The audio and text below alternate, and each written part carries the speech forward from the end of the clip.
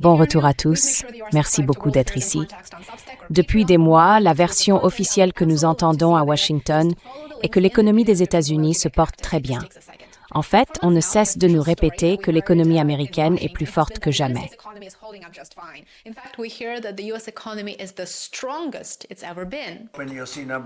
Vous verrez des chiffres comme on n'en a jamais vu auparavant.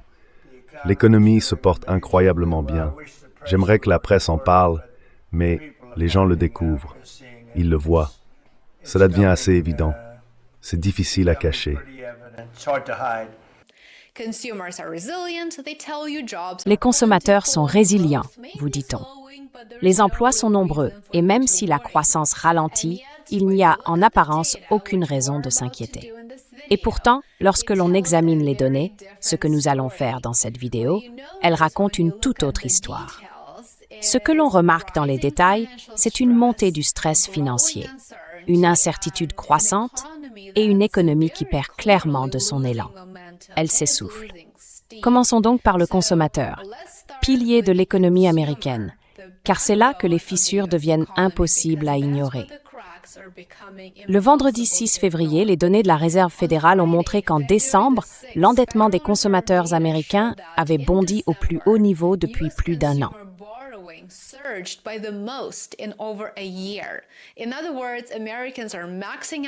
En d'autres termes, les Américains atteignent la limite de leur carte de crédit, ils épuisent leur ligne de crédit simplement pour joindre les deux bouts. Voilà, c'est ce qui se passe. Et c'est une réalité très triste dans laquelle nous vivons. Les données de la Réserve fédérale ont montré que le crédit à la consommation totale en cours a bondi de 24 milliards de dollars, une accélération massive par rapport à la modeste hausse de 4,7 milliards du mois précédent. Nous parlons donc d'une variation mensuelle, 24 milliards de dollars supplémentaires en crédit à la consommation. Ce n'était pas seulement plus élevé que prévu. Cela a en réalité dépassé toutes les estimations, toutes les prévisions. Et point important, ce n'était pas dû à des dépenses exceptionnelles.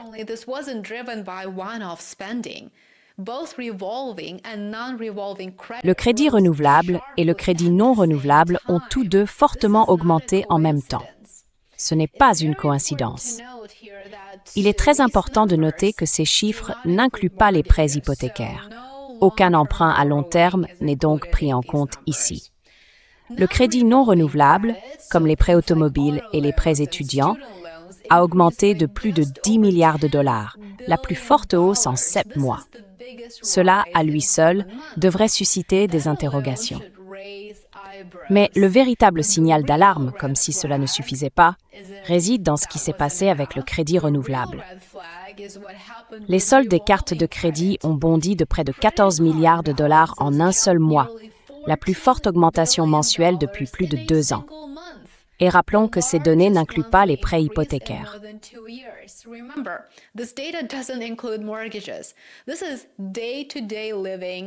C'est le quotidien financé à des taux d'intérêt supérieurs à 20%. Est-ce durable? Absolument pas. Cela ne peut pas durer longtemps. Quelqu'un devra rembourser cette dette. Et contrairement au gouvernement américain, les citoyens, eux, sont responsables de leur solde de carte de crédit. Ils doivent rembourser ce qu'ils empruntent. Et s'ils ne le font pas, que se passe-t-il? Les défauts de paiement augmentent, n'est-ce pas?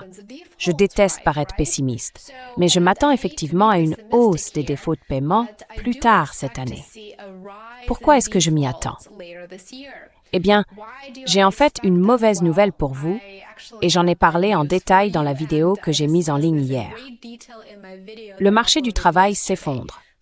En janvier, les licenciements aux États-Unis ont augmenté de 205% par rapport à décembre.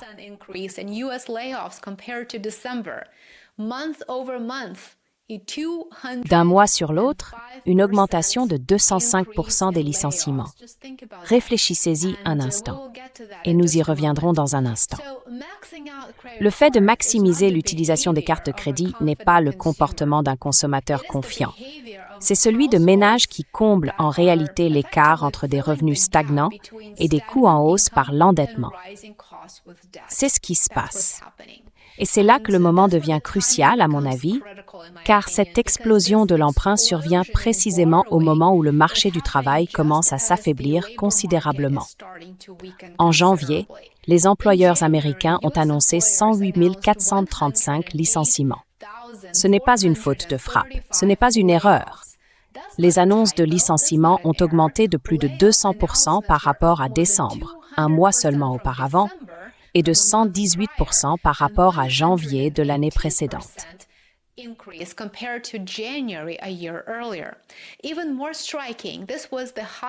Encore plus frappant, il s'agissait du plus grand nombre de suppressions d'emplois annoncées en janvier depuis 2009, en plein cœur de la grande récession. Certes, les licenciements ont tendance à se concentrer en début d'année, c'est vrai, et l'on pourrait dire, eh bien, c'est janvier, rien d'inhabituel à cela. Cela s'explique par le fait que les entreprises font le ménage, se restructurent, réajustent leur budget. Et c'est normal. Mais ce mois de janvier n'était pas normal, loin de là. Et voici pourquoi. Selon Challenger, Gray & Christmas, la société qui suit ces données, la plupart de ces plans de licenciement ont été finalisés à la fin de l'année dernière. Cela signifie que les entreprises sont entrées en 2024 en anticipant déjà une croissance plus faible, une demande plus molle et des marges plus serrées.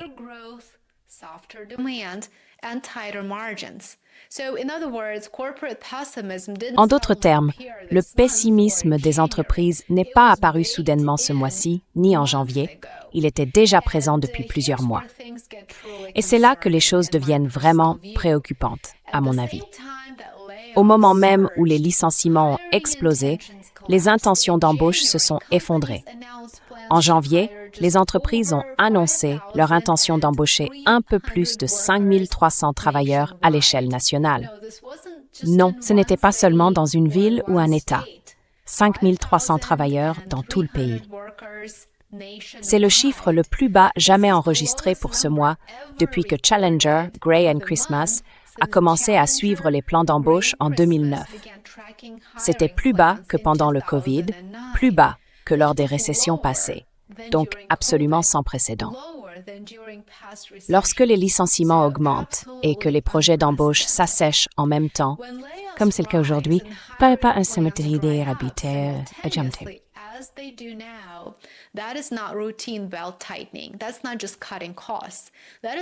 Ce n'est pas seulement une réduction des coûts, c'est un signal d'alerte.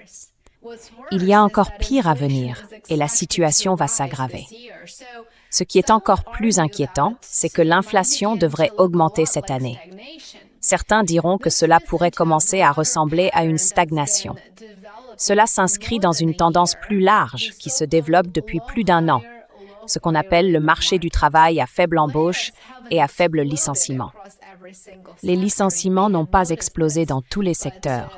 Vous l'aurez peut-être remarqué, mais les embauches ont ralenti jusqu'à presque s'arrêter. Les offres d'emploi diminuent mois après mois. Les travailleurs trouvent de moins en moins d'occasions de changer d'emploi, de négocier un meilleur salaire ou de gravir les échelons de l'entreprise. Les opportunités se font tout simplement plus rares pour eux.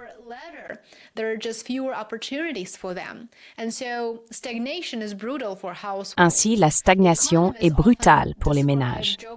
Les économistes décrivent souvent les offres d'emploi comme un indicateur tourné vers l'avenir. Et c'est pourquoi il est si important d'y prêter attention.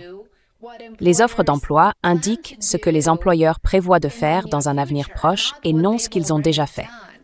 Donc, lorsque les offres diminuent, c'est un signe d'hésitation et d'incertitude. Cela montre que les entreprises n'ont pas suffisamment confiance en l'avenir pour s'engager à embaucher, à investir dans la croissance. Elles ne cherchent pas à se développer, elles cherchent simplement à survivre, en d'autres termes. Et cette incertitude est omniprésente en ce moment, et je suis sûre que beaucoup d'entre vous peuvent s'y reconnaître.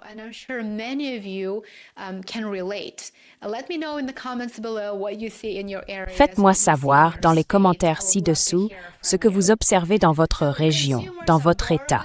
J'aimerais beaucoup avoir vos retours. Les consommateurs empruntent davantage, non pas parce qu'ils sont optimistes, mais parce qu'ils essayent de maintenir leur niveau de vie.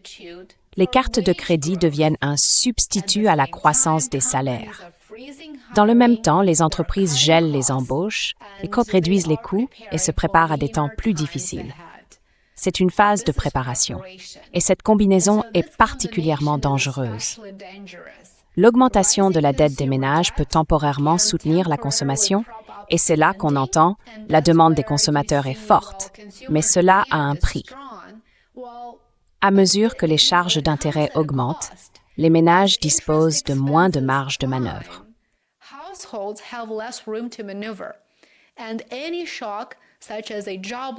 Tout choc, comme une perte d'emploi, une réduction des heures de travail ou une facture médicale, peut rapidement transformer une dette gérable en une véritable crise. Et rappelons-le, ces licenciements ne sont pour l'instant que des annonces. Ils ne se reflètent pas encore pleinement dans le taux de chômage officiel. C'est pourquoi les données de surface semblent encore correctes et Washington peut les présenter de manière à vous faire croire que tout va bien. Mais les véritables dégâts apparaissent souvent avec un décalage. C'est ainsi qu'une récession économique commence, non pas par un effondrement spectaculaire, mais par des changements très subtils. Et nous observons clairement beaucoup de ces changements subtils en ce moment. Moins d'offres d'emploi, moins d'embauches, davantage de recours à l'endettement, plus d'inquiétude en coulisses. La leçon essentielle ici est simple, mais extrêmement inconfortable.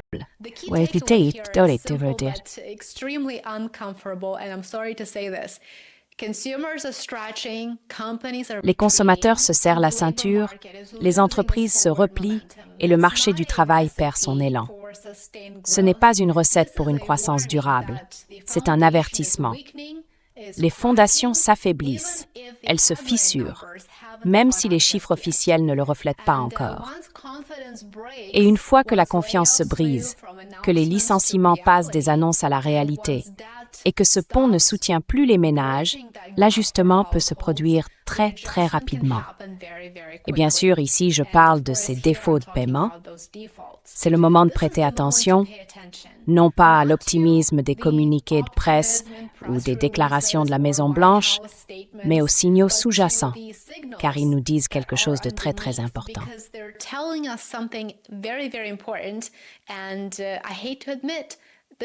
Et je déteste l'admettre, mais ce ne sont pas de bonnes nouvelles. Si vous souhaitez en savoir plus sur la hausse des licenciements et l'effondrement du marché du travail aux États-Unis, j'ai mis en ligne une vidéo à ce sujet hier.